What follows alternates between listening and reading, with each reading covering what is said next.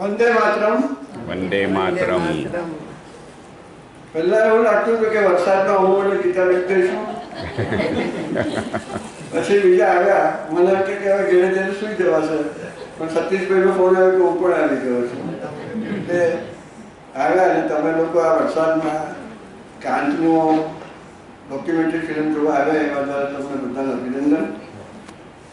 આજે આપણી સાથે સતીશભાઈ અહીંયાથી વાતો કરશે અને હર્ષદભાઈ અમદાવાદથી ગૂગલ મીટ પર વાત કરશે ફિલ્મ પછી. કાંત ઉપર જે ફિલ્મ બની છે તેમાં અમે થોડાક રસીદ જોયા અને રવિન્દ્રભાઈ અને બકુલભાઈ બહુ વિસ્તારથી એના માટે લખ્યું છે, એટલે બહુ વધારે નથી કહેતો, પણ મોબાઈલના કેમેરાથી આટલું સુંદર પ્રોડક્શન કરવું એ પ્રશંસાને પાત્ર છે. એટલે મેં પણ પ્રયત્ન તો કર્યો, પણ અડધા જ આવતા હતા. એટલે એમની કારીગરીને પણ આપણે સલાહ.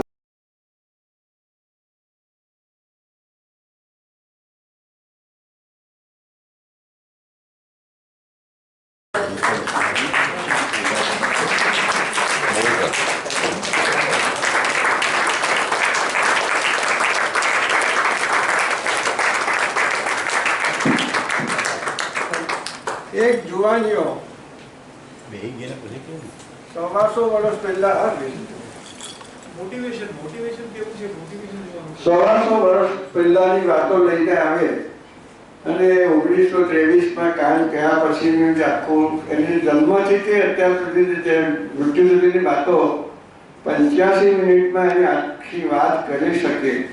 કેટલા બધાને એમણે ઇન્ટરવ્યુ લીધા, કેટલી બધી ખોજ કરી. ઇવન બાપ્તિઝમ માટે પણ એમણે કરેલું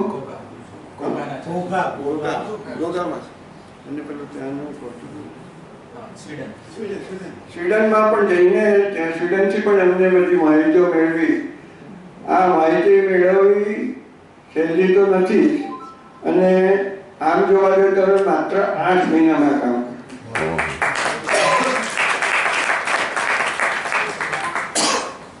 તો થોડી વાર એમની પાસે જ પણ સમજાવીએ. સ્વીડનની જે વાત કરી એ મારે કોલેજનો મિત્ર તેજન વાઢે એનો આભાર માનવો પડે કે એની મારું નસીબ કે એની જોબ સ્વીડનમાં હતી અને ત્યારે જ આ કરવાનું મળ્યું મને. એટલે મેં એને મોકલ્યો હતો કે ત્યાંના ચર્ચમાં જઈને સ્વીડન બોર્ગ શું છે એનું થોડું સંશોધન કર અને એમની પરવાનગી લઈને આપણે જો થોડું એની પ્રાર્થનાઓ સંગીત ફિલ્મમાં વાપરી શકીએ તો એ રીતે સ્વીડનથી ફૂટેજ જે આવી છે આપણી પોતાની ફૂટેજ આપણે કહી શકીએ અને પ્રાર્થનાઓ ત્યાંની છે. અને બીજું એક મુદ્દો મારે ખાસ કહેવો પડે કે ફોટોગ્રાફી જે કરી છે હિરેનભાઈ ચૌધરી એ અમૃતભાઈ ડુંગરના જ વિદ્યાર્થી. એમ તો બહુ મોટા સિનેમેટોગ્રાફર અત્યારે તો હોલિવૂડમાં કામ કરે છે એમ કહી શકાય, પણ આ ફિલ્મમાં એમનો પણ સહકાર મળ્યો. તમારી સાથે બે બીજા મિત્રો આવ્યા છે ને, અક્ષય અને મારા ભાઈ પણ આવો. ટેકનિકલ બાબત કરી તે હા એ છે. 70ની ઉપરના વિન્ટેજ વેટરન્સની સામે આ જુવાનીઓ આપણી નવી ઇન્ટરેસ્ટ કરે.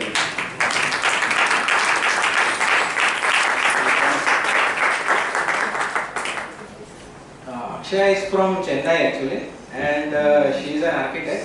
But we met in Kashmir. The Kashmir footage that you saw, that is actually we were both there with an NGO called Vishwagram, and we were there for a month. And I noticed that she was sketching very good. And later she said that her partner Daivat is from Bhavnagar, and he is also a great sketch artist. I mean, I don't have anything to say, but it was for me to know about Kavikant. I think I'm very happy. Yeah. Yes. અમદાવાદમાં નીલકંઠ છાયા જે architect છે એમના સાથે કામ કરે, એમની અંદર તૈયાર થયા છે.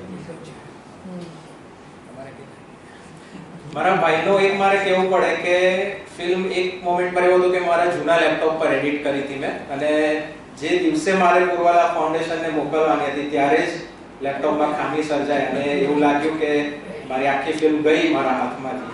એમાંથી બચાવી લીધી હોય ફિલ્મ, એ મારા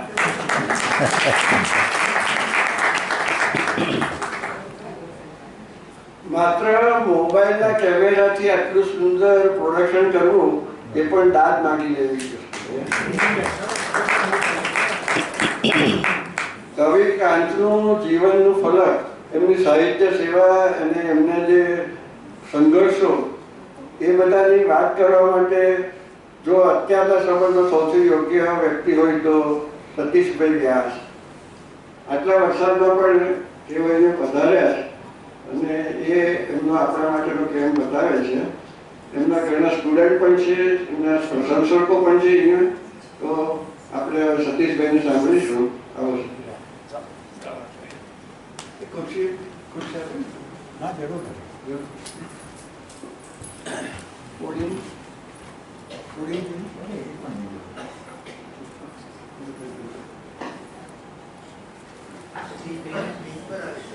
પિક્ચરમાં પણ સાંભળ્યા.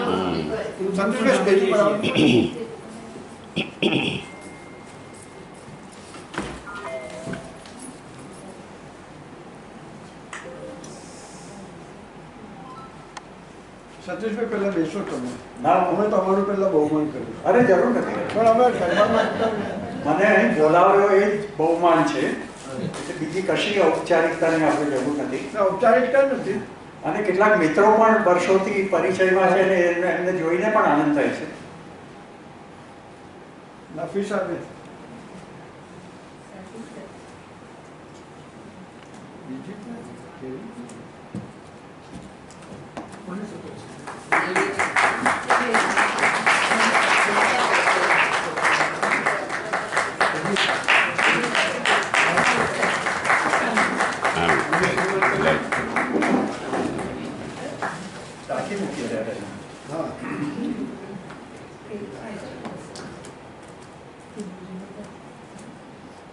પહેલા તો જય અને ટીમને ખૂબ ખૂબ અભિનંદન.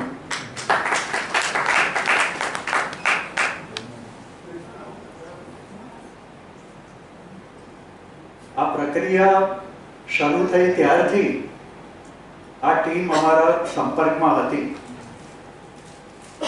અને આ ત્રીજો શો થયો છે આ દસ્તાવેજી ફિલ્મનો. આ ફીચર ફિલ્મ નથી. મહત્વની વાત તો એ છે, આપણે કોઈ મનોરંજન કેન્દ્રી ચલચિત્ર જોવા માટે નથી ભેગા થયા, પણ કેટલાક તથ્યો કેટલી કલાત્મકતાથી રજૂ થઈ શકે એનો એક સુંદર નમૂનો આપણને આ માધ્યમથી જોવા મળ્યો. આટલા બધા વર્ષે આ કવિ હજી આપણને જૂનો નથી લાગતો, એ આ ફિલ્મ દ્વારા પણ પ્રસ્થાપિત થયું. જયંતી તે સુકૃતિનો રસસિદ્ધ કવિશ્વરા, એક સંસ્કૃત શ્લોક છે આ. જયંતી તે સુકૃતિનો રસસિદ્ધ કવિશ્વરા, નાસ્તિ યેષામ યશઃ કાયે જરા મરણજમ ભયમ. કવિઓ કદી મૃત્યુ પામતા નથી. ભલે એમનો સ્થૂળ દેહ નાશ પામે, પણ કવિઓ હંમેશા જીવંત રહેતા હોય છે. એનો એક નમૂનો આપણને આ દસ્તાવેજી ચિત્ર દ્વારા પણ મળ્યો, એ કવિની રચનાઓમાંથી પણ મળે છે. અને સુરત એટલા માટે ધન્ય છે કે કાંતનું ઉત્તમોત્તમ ખંડકાવ્ય વસંત વિજય આ ભૂમિમાં લખાયો છે. હજી તો સ્નાતક થઈને એ પહેલા વર્ષની નોકરી કરવા માટે સુરત આવ્યા છે. ચોક બજારમાં આવેલી આ સંસ્થા આજે પણ છે, એ મકાન આજે પણ અસ્તિત્વ ધરાવે છે.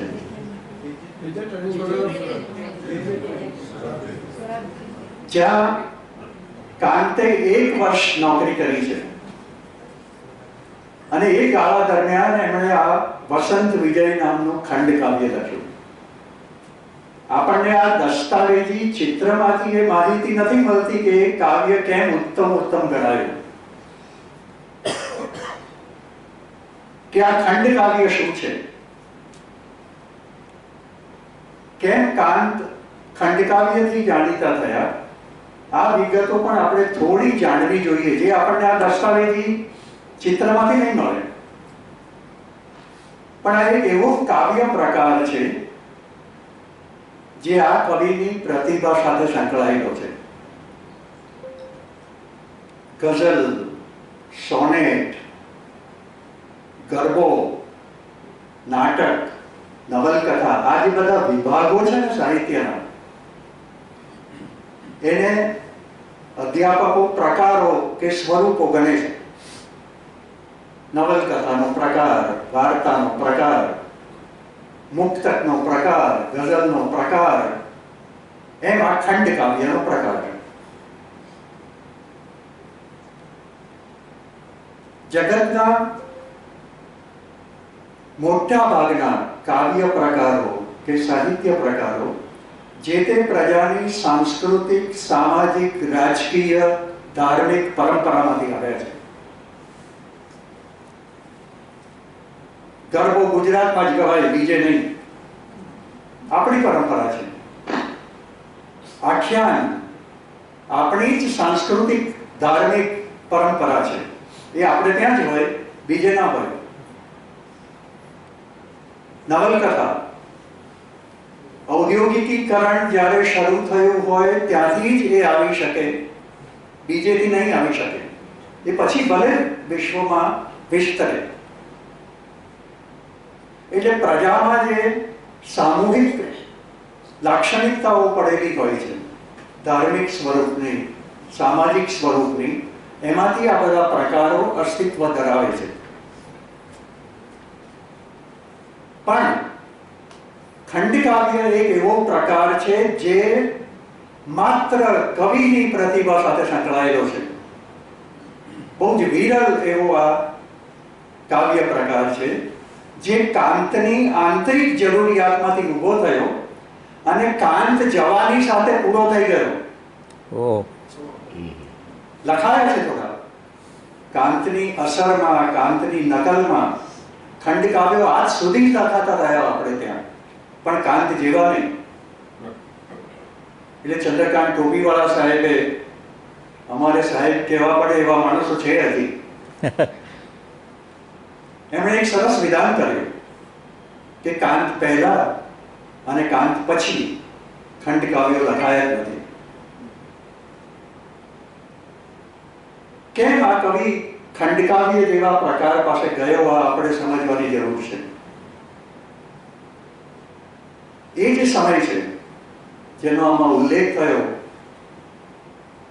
અને જ્યારે બહુ જ મહેનતથી એ ગાળાને પંડિત યુગ એવી સંજ્ઞા સાથે ઓળખાવ્યો, આપણે ત્યાં પણ એ જ રીતે ઓળખાય છે. અને એ સમય ઉર્મી કાવ્યના આધિપત્યનો હતો ગુજરાતમાં, લિરિકના આધિપત્યનો. નરસિંહ રાવ, નાનાલાલ, બક ઠાકોર, કલાપી, બાલાશંકર, આ બધા સુંદર ઉર્મી કાવ્યો લખતા. ઉર્મી કાવ્ય પ્રકાર પણ આ જ ગાળામાં આવ્યો છે ગુજરાતમાં. કાંતે કાવ્ય લખવાનો પ્રારંભ તો એ રીતે જ કર્યો છે. 14 વર્ષની વયે કેટલી એક નાનો ટુકડો લખ્યો છે એમણે. ખળખળ કરતું જળ શિશુ રમતું. આ કરતું રમતું જે એક જ પંક્તિની અંદર ગોઠવી દીધું 14 વર્ષની વયે તો, અને કલ્પના આપી દીધું આખું જળ પ્રવાહને, જળ શિશુ રમતું. રૂપક નથી આ. તો આજે કર્યું એ પણ કેટલી અદ્ભુત વસ્તુ હતી. એ કાંતને એમ લાગ્યું કે આટલા મોટા ઉર્મી કવિઓ છે, બહુ જાણીતા થયા છે. નાનાલાલ તો નવરાત્રિમાં શેરીએ શેરીએ ગવાતા, એના જ કાવ્યો ગરબી રૂપે ગરબાના સ્વરૂપમાં આપણે ગાતા. હવે એ બધાની વચ્ચે કવિ તરીકે ટકવું હોય તો કંઈક નવું કરવું પડે. આમ સમજીને કાંતે પોતાની એક આંતર ખોજથી એક નવો પ્રકાર ઊભો કર્યો, જેમાં થોડી કથા અને બાકીની કવિતા કંઈક જુદા સ્વરૂપ સાથે. અને એમણે કેટલાક ખંડ કાવ્યો લખ્યા. 3 જ અથવા તો 3.5 ખંડ કાવ્યો તરીકે જ જાણીતા છે કાંતના કાવ્યો. આપણા જ સુરતના એક સમીક્ષકે વિષ્ણુપ્રસાદ ત્રિવેદીએ કાંતને 3.5 કાવ્યોના કવિ કહ્યા છે. લખ્યા છે તો ઘણા, પણ ખ્યાતિ એમની ટકી છે, કવિ યશ એમનો ટક્યો છે માત્ર આ 3.5 કાવ્યોને આધારે.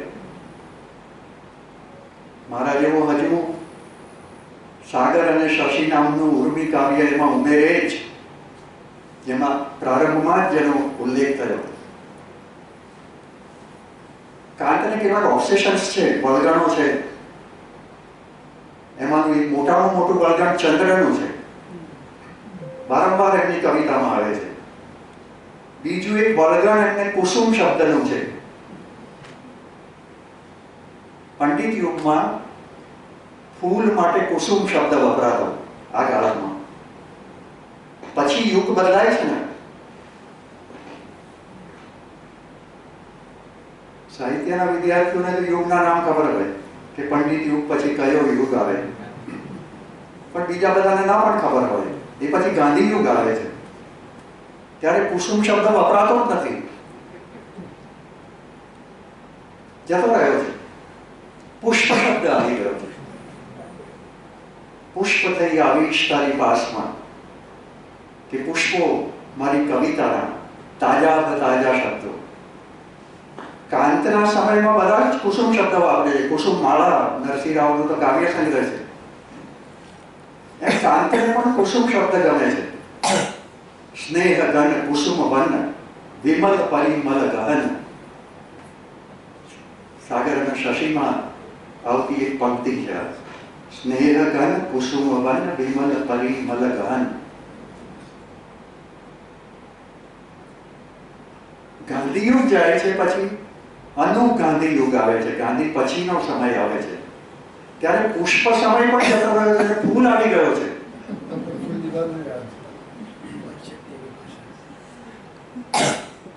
ફૂલનો પવન લોચન મારે વાયો, એકાંત મણિયાર ની બહુ જાણીતી કવિતા છે.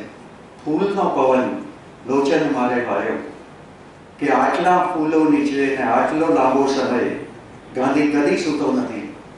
હસમુખ પાઠક એ ગાળાના કવિએ પણ ફૂલ શબ્દ વાપરે છે. શબ્દો કેવા બદલાય છે સમયે સમયે, એ પણ આપણે માટે તો બહુ જ રસનો વિષય હોય. તો વસંત વિજય કાવ્ય શા માટે ઉત્તમ ગણાયું છે આજ સુધી, એની કેટલીક પ્રાથમિક વાતો. મૂળ કથા આપણને ખબર છે. પાંડુને શાપ હતો કે જો પત્ની સાથે જોડાશે, સ્ત્રી સંગ કરશે તો એનું મૃત્યુ થશે. કાંતને આ શાપમાં બહુ રસ નથી. એ કવિ શું કરી શકતો હોય છે, અને મહાભારત કાળે કરેલી કલ્પનામાં એ કયો ફેરફાર કરી શકતો હોય છે પોતાની રીતે. આ સમજવું હોય તો વસંત વિજય બહુ કામમાં લાગે એવું છે. આ જે સમય છે એ દરમિયાન આવી વાતો કવિતામાં થઈ શકતી નહોતી. આ સમય દાંપત્ય પ્રેમનો છે. મોટાભાગના કવિઓએ દાંપત્ય પ્રેમની જ વાતો કરી છે. કાંતે પણ કર્યા છે દાંપત્યના કાવ્યો. પણ હજી તો 22મું વર્ષ ચાલે છે, 21-22 નો સંધિકાળ છે આ, અને કાંતા રચના કરે છે આ વયે. તો એનું અર્થઘટન કરવું હોય એ સમજવા માટે પણ આ રચના બહુ જ મહત્વની છે.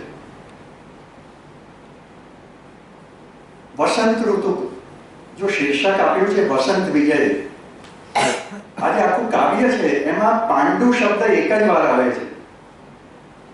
બાકી પાંડુ માટે જે શબ્દ વાપર્યો છે કાંતે, એ તો નરેશ અને નરેન્દ્ર છે આખા કાવ્યમાં. પાંડુ રોગી હતા એ કાંતને બતાવવું જ નથી. કેમ આવું કર્યું છે એને? કાંતે કેમ આવું કર્યું છે? કવિ કોઈ કારણ નહીં આપે રચના કરવી હશે ત્યારે. એ તો આપણે તર્કથી કે અનુમાનથી, અર્થઘટનથી શોધી કાઢવું પડે. અને કેમ આ જ સંજ્ઞા વાપરી, નરેશ કે નરેન્દ્ર? તો કાવ્યને અંતે આ વાત તો આપણને પકડાય. અને શરૂ થાય છે ત્યારે કયા ઉદ્ગારોથી થાય છે ખબર જ નહીં પડે કોણ બોલે છે. એ તો નહીં નાથ, નહીં નાથ, ન જાણો કે સવાર છે આ બધું ઘોર અંધારું, હજી તો બહુ વાર છે. કોણ બોલી રહ્યું છે, ક્યાંથી બોલી રહ્યું છે, શેને માટે બોલી રહ્યું છે, આ તો આપણે સમજી જ નથી શકતા. જો મૂળ કથા ખબર ના હોય તો આપણને પકડાતું જ નથી કે આ ઉદ્ગારો કોના છે. ઉદ્ગારો છે માદ્રીના. જેમ જેમ કાવ્યમાં આગળ જઈએ તેમ તેમ ખબર પડતી જાય છે કે આ માદ્રી પોતાના પતિને જલ્દી જાગી જાય એવું ઈચ્છતી નથી, એટલે રોકે છે કે હજુ બહુ વાર છે, સુઈ જાવ ને, હવે રવિવારે આપણે સાંભળતા જોઈએ આવું. શું છે આટલું બધું વહેલું? એમ કોઈ કહી રહ્યું છે. અને પેલો નથી ઊંઘી શકતો એટલે બહાર નીકળે છે. ભલે માદરી સુઈ રહી, હું નીકળી જાઉં. અને નીકળે છે ત્યારે બહાર જે કાંતનું બીજું એક ઓબ્સેશન છે, કેટલાય કાવ્યોમાં સંભળાય છે, એ છે કોકિલ સ્વર, કોયલનો સ્વર. એમની ઘણી રચનાઓમાં કોકિલા આવે, આમાં પણ આવે, વસંત વિજયમાં પણ આવે, સાગર ને શરીમાં પણ આવે. કામિની કોકિલા કેલી પૂજન કરે, સાગરે ભાસતી ભવ્યવર્તી. આપણે સુરતમાં ભણેલા ને એટલે કે કેટલીક વાર આ પંક્તિ આવે ને ત્યારે એવું બોલતા કે ભાગળે ભાસતી ભવ્યવર્તી.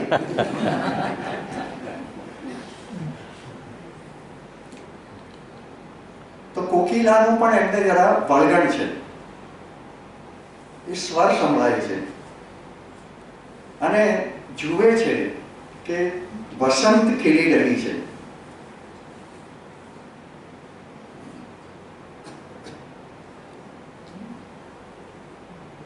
અને આ વસંતના ફેલાવને આલેખવો છે આખો, પ્રકૃતિના ફેલાવને. એટલે આપણા છંદશાસ્ત્રમાં પ્રયોજાતો સૌથી લાંબો છંદ, લાંબી માત્રાઓ વાળો, ગઝલ વાળો હોય તો લાંબી બેર વાળો એવું કંઈક કે, પણ એવો પ્રલંબ છંદ એમણે વસંતના પ્રસરને આલેખવા માટે પસંદ કર્યો.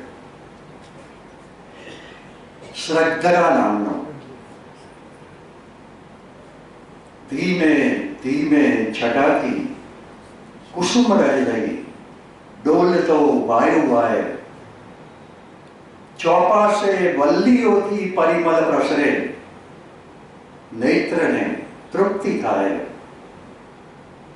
બેસીને કોણ જાણે કે અહીં પરભૃતિકા ગાન સ્વર્ગીય ગાય. પરભૃતિકા એટલે કોયલ. ગાળી નાખે, હલાવી રસિક હૃદયને, વૃત્તિથી દાબ જાય. આ વસંતનો ફેલાવ. અને નિરાંતે ધીમે ધીમે છટાથી, કાંત લખે છે પણ આવી રીતે, ધીમે ધીમે છટાથી. કવિ ઉતાવળ ના કરે, મોટો કવિ, એને નિરાંત હોય. એમ માંડીને એમણે આ કાવ્ય આલેખ્યું છે. હવે આ વસંત આવી છે ઠેઠ કુમાર સંભવમમાંથી.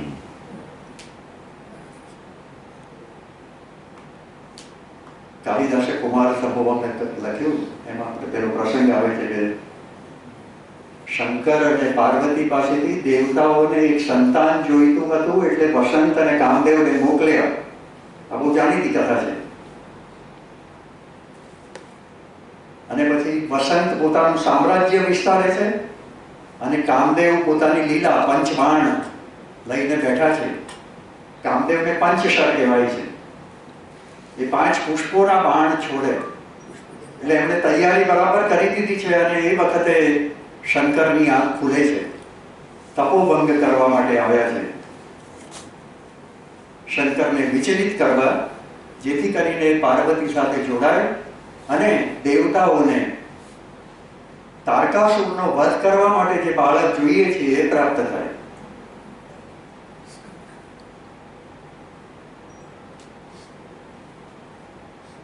જેવા કામદેવને જોયા શંકરે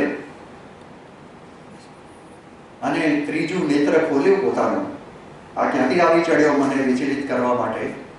અને એ ત્રીજા નેત્રમાંથી નીકળેલા અગ્નિથી કામદેવ ભસ્મ થયો. આ બહુ જાણીતી કથા છે.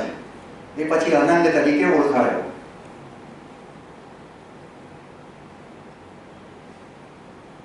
કાલિદાસે ક્યાંય કહ્યું નથી તો મહાભારતકારે ક્યાંય આનો ઉલ્લેખ કર્યો? કથાકારે, મૂળ કથાકારે, કે શંકરે કામદેવની સાથે આવેલા વસંતને કેમ કશું ન કર્યું? એ પણ એટલો જ જવાબદાર હતો. વાતાવરણ તો એને બનાવ્યું હતું અને માત્ર કામદેવનો જ નાશ કરવાનું પ્રયોજન શંકરને કયું હશે? પણ એમાં મનુષ્ય જાતિને એક સંદેશો મળે છે. વૃત્તિનો નાશ થઈ શકે છે, પ્રકૃતિનો નહીં. बहुत अच्छे, वाह. વસંતને નહીં મારી શકાય, એનો મુકાબલો નહીં થઈ શકે, એટલે વસંત વિજય. આ ખંડકાવ્યનું શીર્ષક વસંત વિજય છે. એનું પ્રયોજન પણ આ જ છે. અને એટલે જ આ કાવ્યને અંતે પણ વચ્ચેની પ્રક્રિયા દરમિયાન પેલો રાજા બોલતો જાય છે, પ્રિય માદ્રી સહન મુજથી આ નથી થતું, ત્વરાથી દેહ જોડી દે, આ તો નહીં કમાય, હવે હું આ ખમી શકતો નથી, મારે હવે પ્રતીક્ષા નથી કરવી, ભલે મારું જે થવું હોય એ થાય, પણ તું હવે મારો સ્વીકાર કર. અને જાત જાતના સંબોધનો કરે છે, પ્રિય માદ્રી દેવી સતી હો, કાકલુદીઓ કરવી પડે, અનુનય કરવા પડે. એવા તબક્કે કાંત આ આપણા નરને, નરેન્દ્રને મૂકી દે છે અને કહે છે નથી કરવી આ તપશ્ચર્યા, નહીં જોઈએ મારે તપબલ બધું, છો સહુ જતું, ભલે બધું જતું રહે, મારે તપબલ નથી જોઈતું. પહેલા પ્રશ્ન થયો હતો, સૌંદર્ય શું, જગત શું, તપ એ જ સાથી? મોટો કવિ પ્રશ્નો પૂછતો હોય છે અને કાંત પોતાની કવિતામાં અનેક પ્રશ્નો પૂછે છે, જેમ પોતાના જીવનમાં પણ પૂછ્યા છે. ધર્મને સવાલો પૂછ્યા છે. એ જમાનામાં આ માણસે એ કેટલી મોટી વાત હતી. નહીતર તો એ અન્ય ધર્મ પાસે ગયા ન હોત. પણ ધર્મોને પણ પ્રશ્નો પૂછવાનું એમને એ ગાળામાં અંદરથી સૂઝ્યું છે. તો આ જે આપણો પાંડુ છે એની પાસે પ્રશ્નો પૂછાવડાવ્યા આપણે, સૌંદર્ય શું, જગત શું, તપ એ સાથે. અને પછી નહીં જોઈએ મારે તપબલ બધું, મારે નથી જોઈતું આ, છો સહુ જતું, ભલે ને બધું જતું રહે. તો કાંતને આ સિદ્ધ કરવું છે. છેવટે જે વિજય છે એ તો કોનો છે? એક નરનો અને એક નારીનો. કાંતને જે પુરવાર કરવું છે એ તો પોતાનું નરત્વ પુરવાર કરવું છે. એટલા માટે કાંત નરેન્દ્ર કે નરેશ શબ્દ વાપરે છે. પાંડુપણું ભૂલીને એને નર થવું છે આજે. અને વસંતે એને ઉશ્કેર્યો છે, ઉદ્દીપિત કર્યો છે એને, તો એટલા માટે એક પુરુષનું અને એક સ્ત્રીનું આ કાવ્ય છે. જગતના કોઈ પણ સ્ત્રી પુરુષનું આ કાવ્ય છે. તો માત્ર વ્યક્તિનું ન રાખતા કાંતે નિર્વૈયક્તિક, અંગત ન રાખતા બિન અંગત એવું આ કાવ્ય રચ્યું, વસંત વિજય.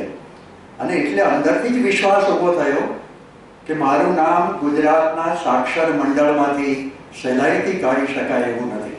વાવ, એ આમાંથી આવેલી આત્મપ્રતીતિ છે. વાહ, આ ઓવર કોન્ફિડન્સ અથવા મિથ્યા અહંકાર નથી, સમજણ હતી એકાદ કે મારી આ રચના સદીઓ પછી પણ ટકી રહેશે. આવા બીજા ખંડકાવ્યો પણ લખ્યા છે એમણે. અતિજ્ઞાન કેટલું બધું જાણીતું છે, આપણા અભ્યાસક્રમમાં પણ ક્યારેક આવ્યું હશે. મહાભારતમાં આવતું જ નથી ક્યાંય યાદ. એ કિસ્સો મહાભારતનો નથી, કાંતનો છે, જેને આપણે આજે સાચો માનીએ છીએ કે આવું થયું જ હશે. સહદેવ દ્રૌપદીના પ્રેમને સ્વીકારી શકતો નથી. અધિકાર છે પોતાનો.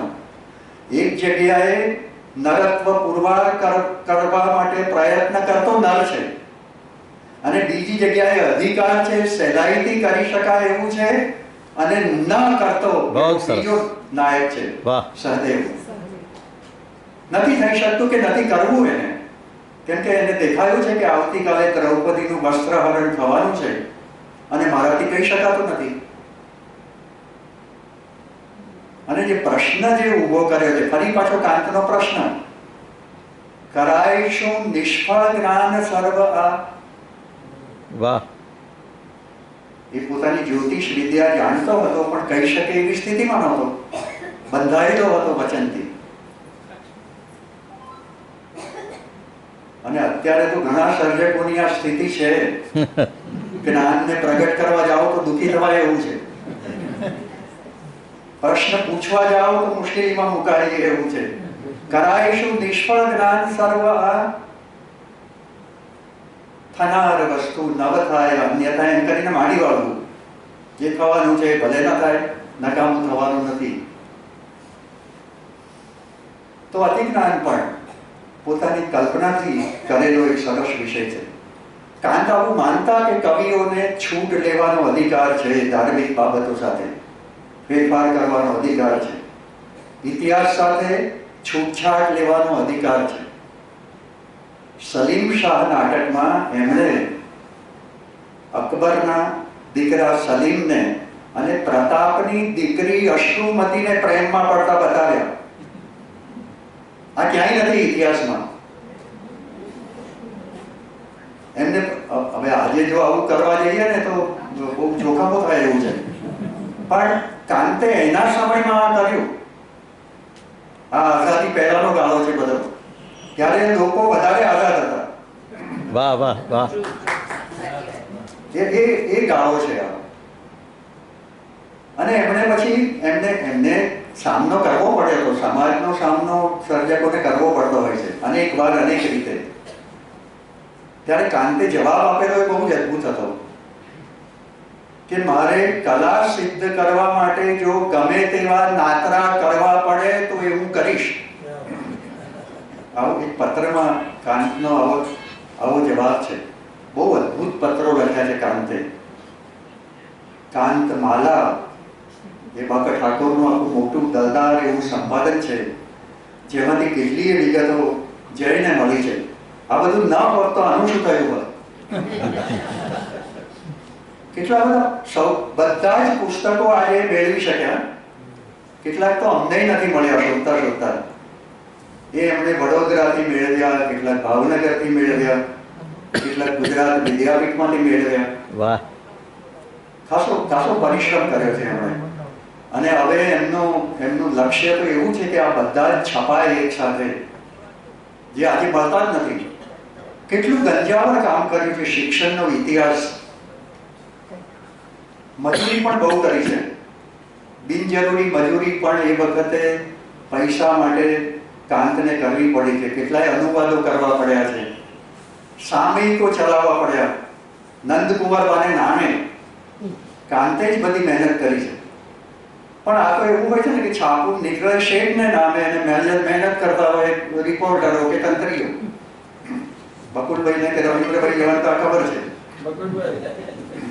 એટલે આ બહુ આ જૂના આગુ સે ચલી આતી છે એમ કહેવાય છે. તો કાંતે પણ આવું ઘણું કર્યું છે, અનુવાદો કર્યા, પણ સુંદર અનુવાદ કર્યો છે ગીતાંજલિનો, જે પહેલા છપાયો નંદકુંવરબાને નામે, પણ પછીની આવૃત્તિઓ સસ્તું સાહિત્ય કાંતને નામે જ પ્રગટ કરી છે અને એ પણ મળે છે. તો અને સુંદર ગદ્યાનુવાદ ગીતા. કાંત ટાગોર પાસે ગયા છે, ગાંધીજી પાસે તો મોડા ગયા અને બહુ ઓછું ગયા છે. ગાંધીજી પાસે જાજુ નથી ગયા. ભલે લખ્યું ઓ હિન્દ દેવ ભૂમિ સંતાન સૌ તમારા, બહુ અદભુત કાવ્ય છે એ તો.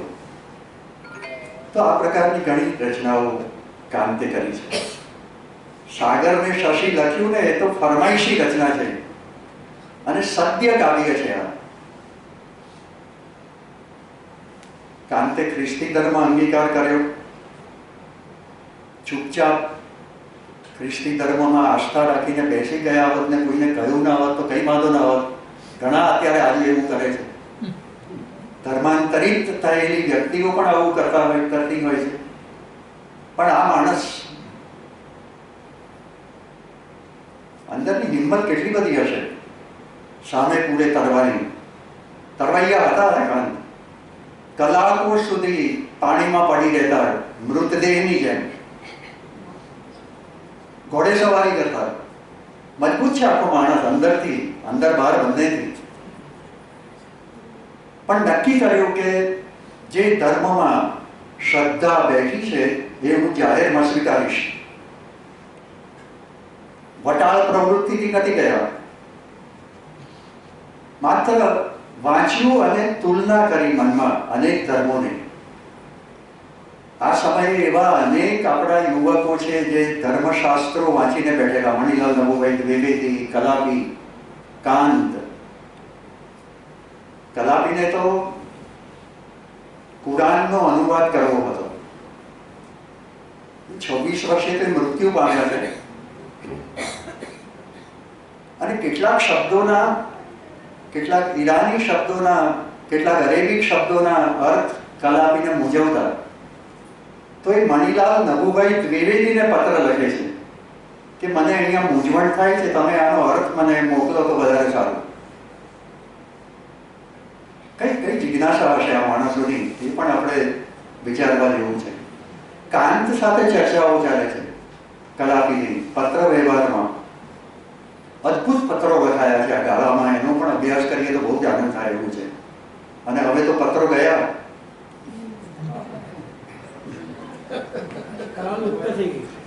કાલલુપ્ત થઈ ગયા બધા. એટલે આ બધી મહામૂડી છે આપણી, જે આવી ફિલ્મોમાં સચવાયેલી છે. તો એ સાગર અને એટલે ખ્રિસ્તી ધર્મ અંગીકાર કર્યો. પછી વિવાદો થયા, જ્ઞાતિએ વિરોધ કર્યો. એક જ છતની નીચે પત્નીની સાથે પણ નહોતા રહ્યા. બંનેના ઓરડા જુદા હતા, બંનેની રસોઈ જુદી હતી. અને કાંત સારા રસોઈયા પણ છે પાછા. અહીં જે મનોરમા બેન બતાવ્યા, જય, કાંતના પુત્ર વધુ. એ નાની વયે એ વખતે તો પરણીને સાસરે આવવું પડતું. 13, 14, 11, 12 વર્ષની વયે લગ્ન થયું છે જયંતનું અને મનોરમાનું. એ મનોરમાબેન સાથે મારે વાત થઈ છે. એમના અવસાનના 10 દિવસ પહેલા જ સદનસીબ એટલો હું કે મારે એમની સાથે સંવાદ થયો. એ વખતે મારું એક પુસ્તક પ્રગટ થયેલું, કાંતના જીવનને આવરી લેતું એક નાટક મેં કર્યું હતું એ જમાનામાં, જલને પડદે નામનું. તો એ મનોરમા બેનને મેં મોકલી આપેલું અને એમણે વાંચી લીધું આખું. સૂતા પથારી વસે જ હતા. અને પછી મારી સાથે એક નાનો સંવાદ થયેલો કે હું તો બહુ નાની 10, 11, 12 વર્ષની અને વસુલ ગૃહે આવી. મને રસોડામાં લઈ જવામાં આવી અને આપણે ત્યાં 1-2 વાનગી બનાવવાનું કહેવામાં આવે. સુગંધિત લાપસી બનાવવાનું કહેવામાં આવ્યું અને હું તો મૂંઝાઈ મારે શું કરવું. એ વખતે કાંત મારી પાસે આવ્યા, બાપુજી એટલે બાપુજી મારી પાસે આવ્યા, રસોડામાં ઊભા રહ્યા, મને કહ્યું બેટા તું પહેલા તારી આ લાજ તેને કાઢી છે ને થોડી વાર માટે કાઢી નાખ અને જો હું તને શીખવું છું, જો લાપસી કઈ રીતે બનાવાય, ચાલ આપણે બે સાથે બનાવીએ. વાહ આ કાંત હતા. એટલે અનેક વાનગીઓ બનાવતા આવડતી. એટલું જ નહીં, ભાવસિંહજી મહારાજને ભોજન માટે બોલાવે ત્યારે એ પોતાની પત્ની સાથે રસોઈ બનાવતા બંને અને કાંતને રાજાને જમાડતા. રાજા મિત્ર હોય પોતાનો, આ કેટલી મોટી ઘટના છે. આજે તો આપણે ખાવા મારતા હોઈએ છીએ રાજા પાસે જવાના. જ્યારે આ રાજા એમને ઘેર જમવા આવતા, બે રાજવીઓ સાથે સંબંધ છે કાંતને. એ સમયના બે ગોહિલ રાજવીઓ, ભાવસિંહજી ગોહિલ અને સુરસિંહજી ગોહિલ. વાહ અને મૈત્રી કેવી છે પાછી. કલાપીએ તો પોતાના કેટલાય કાવ્યો એમની પાસે સુધરાવ્યા છે. ખાસ કરીને બિલ્વ મંગલ નામનું કાવ્ય, જે પહેલું હતું તુલસીદાસ ને ધ્યાનમાં રાખીને લખાયેલું અને પછી કાંતે સુધારેલું. એમાં એક પંક્તિ આવતી કલાપીએ લખેલી, વાલા મારા હૃદય તુલસી દાસ તું રામ નો થા. કાંતે બદલાવી નાખી, વાલા મારા હૃદય સુર તું દાસ તું ઈશ નો થા. વાલા મારા સુર હૃદયથી દાસ તું ઈશ નો થા. એટલે જે સુર શબ્દ આવ્યો ને એમાં કાંતે કમાલ કરી. સુર એટલે સુરસિંહ તો ખરો, પણ સુર એટલે ઈશ્વર પણ ખરો. બદલી નાખ્યો એમને. તો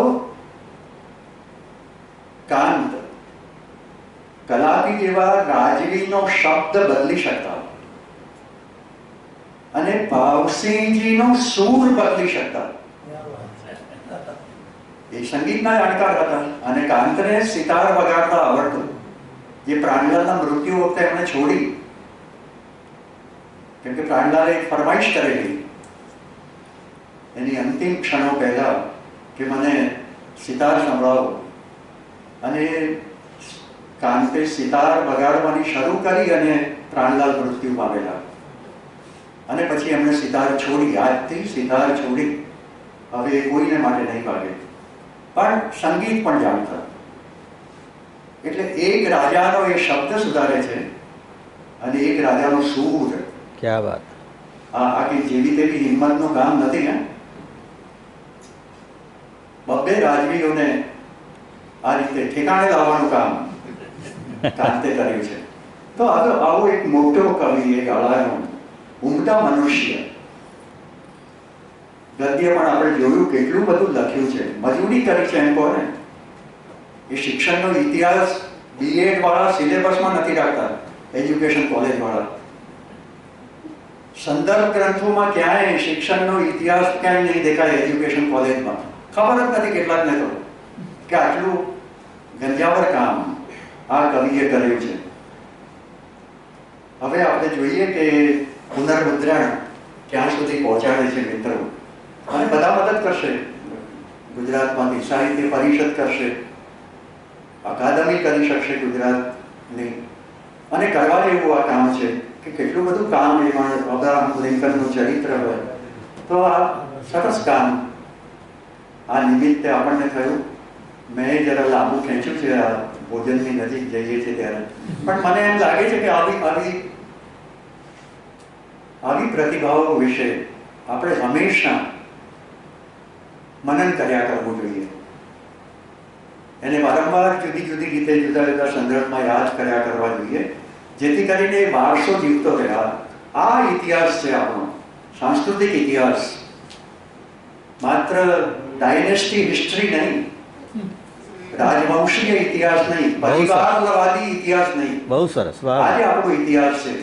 એણે બહુ જ મોટું કામ આપણી સંસ્કારિતાને જીવંત રાખવાનું કર્યું છે. અને એ નિમિત્તે મને આજે ખાસ તો આ રોહિતભાઈનો અને કેતનભાઈનો ફોન આવ્યો કે તમે આવો તો અમને આનંદ થશે. અને મને તો કાંત વિશે વાત કરવાની આવે તો આનંદ થાય છે. મેં આમ આવો બંધ કર્યું છે કેટલું બોલવાનું કે વાતો કરવાનું. લોકો આપણને બંધ કરી દે એના કરતા આપણે પહેલા બંધ થઈ ગયું એમ માનીને બંધ કર્યું છે. પણ આમાં અપવાદ બે કારણસર રાખ્યો છે. એક તો સુરત આવવાનું થાય એ ગમતું હોય છે. આપણી ભૂમિ છે, અહીં ભણ્યા છીએ એટલે. અને ગમતા કવિ વિશે વાત કરવાની છે એટલે પણ છેવટે આ વાત મેં સ્વીકારી. મને જોડ્યું અને મિત્રોના દર્શન થાય. ખાસ તો એ પણ એક લોભ હોય છે. કાંત પોતાને માણસ વદો આવો શબ્દ વાપર્યો છે પોતાને માટે. સૌરાષ્ટ્રમાં આ વપરાય છે. હવે તો અહીંની બોલી એ સૌરાષ્ટ્રી થઈ ગઈ છે. તો માણસ વદો, જેને માણસ ગમતા હોય એવા હતા કાંત. તો એની ચરણ રજમાં આપણે જો થોડું ચાલવું હોય, એને પગલે પગલે ચાલવું હોય તો આપણે પણ મિત્રોને મળવાના ભાવ સાથે આવવું જોઈએ માનીને હું આવ્યો છું. મને યાદ કર્યો. ખૂબ ખૂબ ધન્યવાદ. Thank you very much. જ્યારે આપણને ફિલ્મના માધ્યમથી કાંતને ઓળખાવ્યા અને સતીશભાઈ આપણે અમને કાંતને આપણા પ્રવાસનથી ઓળખાવ્યા. કાંત કોણ હતા તેને અમને પહેચાન કરાવી. જયને માટે તો ઘણું કહેવાય, પણ એનું સન્માન પણ કરવું તો જોઈએ કે નહીં? આવો આપણે કરીએ.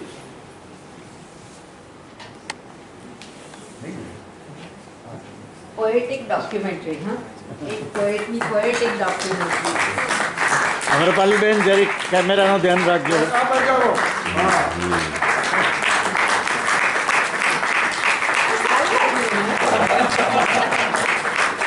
મેચિંગ થઈ ગયું.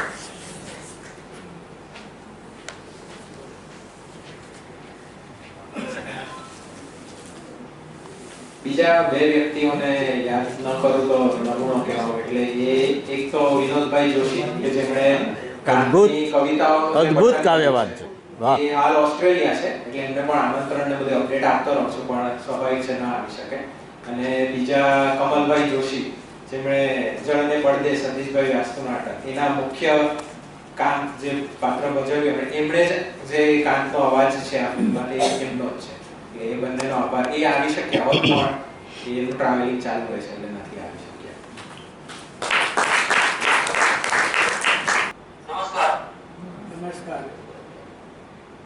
રોહિતભાઈ અને સુરતના સાહિત્ય રસિક મિત્રો, અમારા પરમ મિત્ર અને કાંતના અભ્યાસી એવા ડોક્ટર સતીશ વ્યાસ, નરેશ શુક્લ અને અન્ય જે કોઈ ઉપસ્થિત મહાનુભાવો હોય એ બધાને મારા વંદન.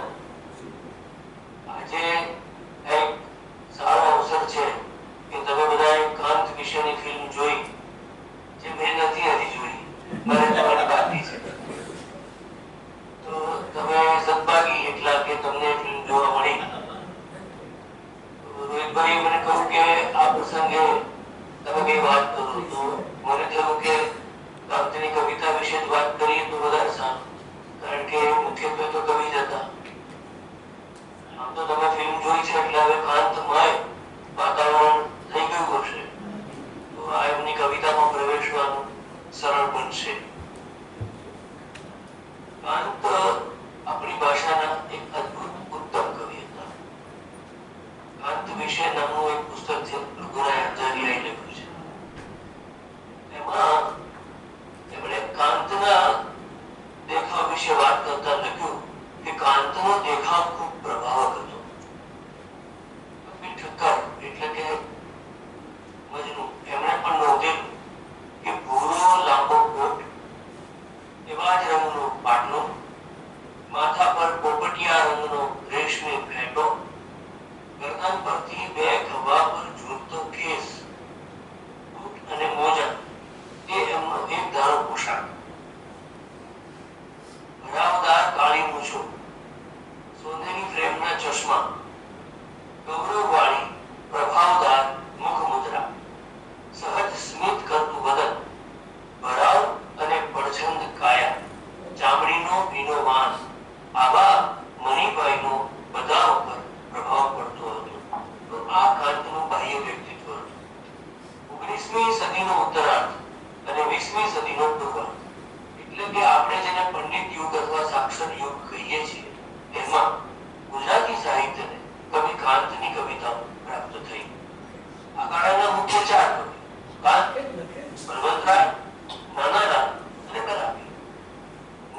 માં પ્રાર્થના સમાજની સ્થાપના 1867 માં થઈ. એ જ વર્ષમાં કાંતનો જન્મ. કાંત તો એમનું નામ છે. મૂળ નામ તો મણિશંકર રત્નજી ભટ્ટ. અમરેલી જિલ્લાના ચાવંડ ગામે સાહિત્ય, સંગીત, જ્યોતિષ, ખગોળ અને આયુર્વેદ વગેરેમાં રુચિ ધરાવતી પ્રશ્નોરા જ્ઞાતિમાં તેમનો જન્મ 20/11/1867 ના રોજ થયો હતો. તેમનો પ્રથમ અને એકમાત્ર કાવ્ય સંગ્રહ પૂર્વાલા પ્રગટ થયો એ જ દિવસે એટલે કે 16/3/1923 ના રોજ કાશ્મીરના પ્રવાસમાંથી વળતી વખતે રાવણપિંડીથી લાહોર આવતા ટ્રેનમાં એમનું અવસાન થયું. મતલબ કે આ કવિ પોતાનો કાવ્ય સંગ્રહ જોવા પામ્યા નહોતા. માત્ર 56 વર્ષના ટૂંકા આયુમાં એમણે આપણને કવિતા ઉપરાંત પણ ઘણું સાહિત્ય આપ્યું છે. કાંતના દાદા મુકુંદભાઈ ભટ્ટ એ પણ કવિ હતા. સંસ્કૃત, ગુજરાતી અને વ્રજ ભાષામાં તેઓ કવિતા લખતા. મુકુંદ પદમાળા એ નામે એમનો કાવ્ય સંગ્રહ પણ પ્રકાશિત થયો. કાંતનું અંગત જીવન ઘણી બધી રીતે દુઃખદાયક.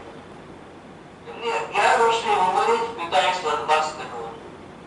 કાંતના માતા મોતીબાને ઈશ્વરે દીર્ઘ આયુષ્ય આપેલું એટલે કે કાંતનું અવસાન થયું ત્યારે માતુશ્રી 93 વર્ષે પણ હયાત હતા.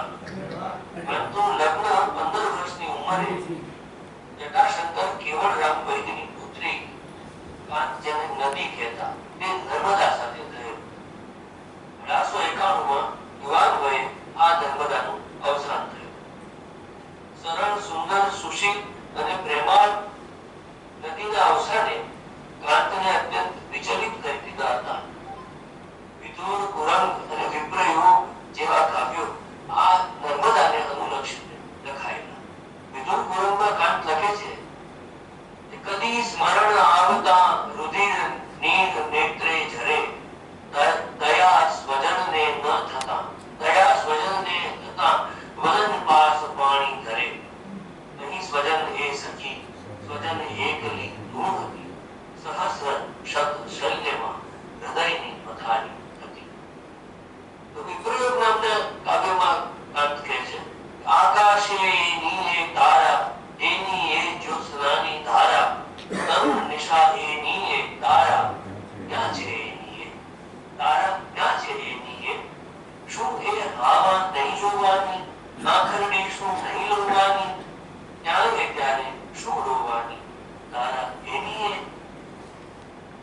કાંતનો નર્મદા થકી પ્રાણલાલ નામે પુત્ર જે જન્મથી જ કશીક બીમારી લઈને આવ્યો હતો. કાંત એની ખૂબ સાર સંભાળ કરતા. કવિતા ઉપરાંત કાંત સિતાર પણ વગાડતા. દીકરા પ્રાણલાલને સિતાર સાંભળવાનું બહુ ગમતું. પ્રાણલાલની આંખો ગઈ ત્યારે કવિ તેને ગમતા રાગ વગાડીને ખુશ રાખવાનો પ્રયત્ન કરતા. એને બચાવવાના લાખો પ્રયત્નો છતાં 1899 દીકરા પ્રાણલાલનું પણ અવસાન થયું. કહેવાય છે કે એ પછી કાંતે સિતારને હાથ પણ પડકાર્યો. કાંતનું બીજું લગ્ન જામ ખંભાળિયાના માસ્તર શંકરલાલ જેઠાભાઈની સુપુત્રી સાથે થયું. નસીબ જો કે એનું નામ પણ નર્મદા જ હતું. કાંત એને નાની કહેતા. નાની નર્મદા એ અર્થમાં. નાની 7 ધોરણ ભણેલી એટલે કાંતને લેખન વાંચનમાં મદદ પણ કરી. 1918 માં પ્રસૂતિ વખતે આ નાનીનું પણ દુઃખદ અવસાન થયું અને કાંત ભાંગી પડે. પિતા, 2 પત્ની અને પુત્રના અવસાનના અવસાદે કાંતનું જીવન ઝેર કરી દીધું હતું.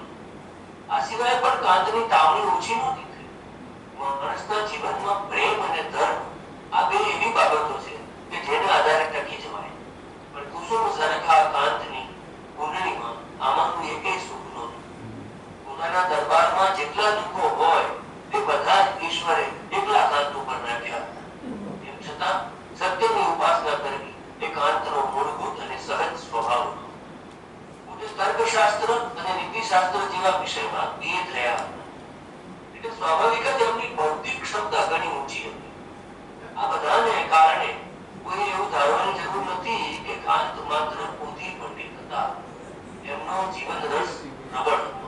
ખાવું, પીવું, ફરવું, તરવું, ગીત, સંગીત, પાન, ભાંગથી માંડીને ફૂલ, અત્તર વગેરેના ઉપભોગમાં એમને જીવન શાક સુધારતા અને સ્વાદિષ્ટ રસોઈ પણ બનાવતા. કલમ, કરછી અને ભરછી ત્રણેયને સમય આપી ન્યાય આપી શકતા. અંતે એમના નાટકમાં ફેરફાર કરવા ઈચ્છતા લોકોને રૂમમાં પૂરીનો લાકડીએ મર્યાનો કિસ્સો પણ નોંધાયો છે. કહેવાય છે કે કાંત ઉત્તમ વક્તા હતા. મહાદેવભાઈ દેસાઈએ નવજીવનમાં લખ્યું હતું કે ગુજરાતી ભાષામાં ઓરેટરી જે હોઈ શકે છે તેની હવે ખાતરી થઈ. ધર્મ જિજ્ઞાસાને કારણે જ એમણે હિન્દુ, ખ્રિસ્તી, બૌદ્ધ અને ઇસ્લામનો ઊંડો અભ્યાસ કર્યો હતો. એટલે જ તો મૃગતૃષ્ણા કાવ્યમાં ડુગલીને નિમિત્ત કરીને આવા પ્રશ્નો પૂછે છે. એ વિશે છે ક્રૂરતા કેની કરતાની કરણી મણી, દાતા જો હોય તો આની કેમ સંભાળ લે નહીં. અરે આ કોમલાંગીએ કેવા પાપ કર્યા હશે, કર્યા હોય તથાપિ આ ક્રૂર શિક્ષાથી શું થશે? નથી ઈશ્વર દુખી નો થયું જે હતું થવું, દુનિયામાં હવે શાને અરે હાય જીવવું. ધર્મ પ્રત્યેના તાત્વિક પ્રશ્નોને કારણે તેઓ ધર્માંતર તરફ ગયેલા. કરુણા જેનો પાયો છે તે ખ્રિસ્તી ધર્મ તેમણે સ્વીકાર્યો અને તે વખતે વૃક્ષ સમાજે તેમને નાક બહાર મૂક્યા. રીતસર એમનો બહિષ્કાર કરવામાં આવ્યો. ભાગવતની પરંપરાવાળા હિન્દુ કુટુંબનો દીકરો ધર્માંતર કરે એ વાત જ હાહાકાર થવા માટે પૂરતી હતી. જીવનની વાસ્તવિકતાઓથી કંટાળીને કાંત માત્ર 2 જ વર્ષના સમયગાળામાં જ્ઞાતિજનોની ક્ષમા માંગી સ્વધર્મમાં પાછા આવ્યા. પણ મનથી સુખી નહોતા, મજબૂર હતા, અપમાનિત પણ ખૂબ થયા. છેલ્લે તો લગભગ વિચલિત કે વિક્ષિપ્ત થઈ ગયેલા.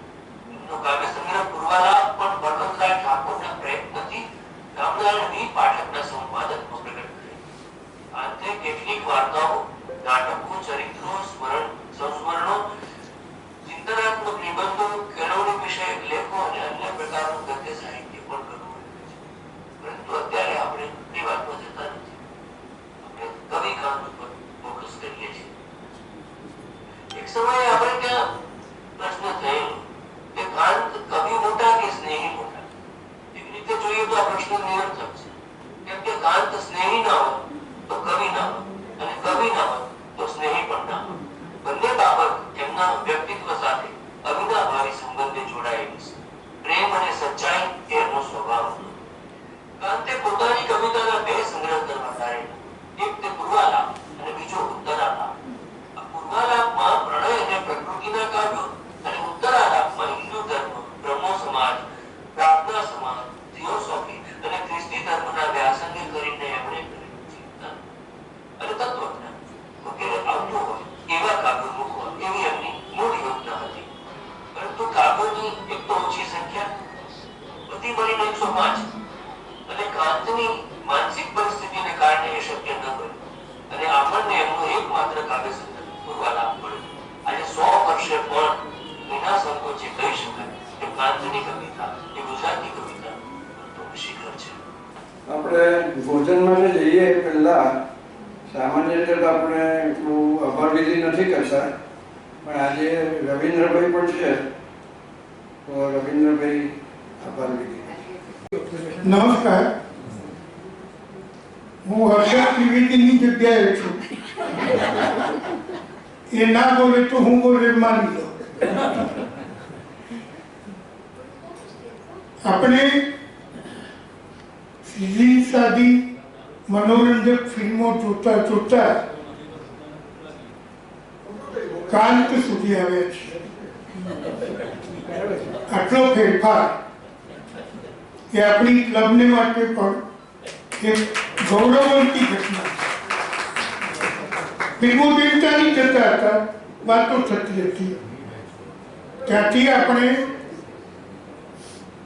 શ્યામ બેનેગલની ફિલ્મ જોતા થયા. કાંતનું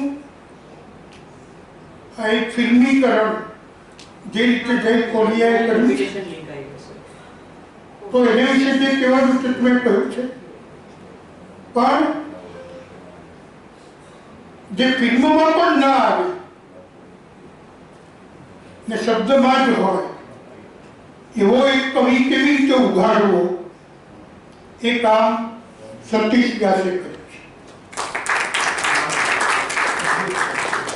એટલે આજે આપણે બે માધ્યમથી કવિતાને પામ્યા છીએ, શબ્દથી અને ફિલ્મથી. ને બે મોટા કામ આજે થયા. આ ફિલ્મ જોવા માટે જે બધા આવ્યા છે એમણે બી સાહસ કર્યું છે.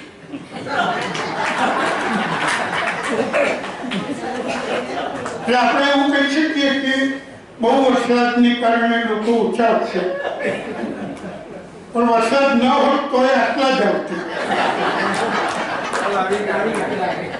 એટલે કે આપણે ડૂબી જાય પછી વાર.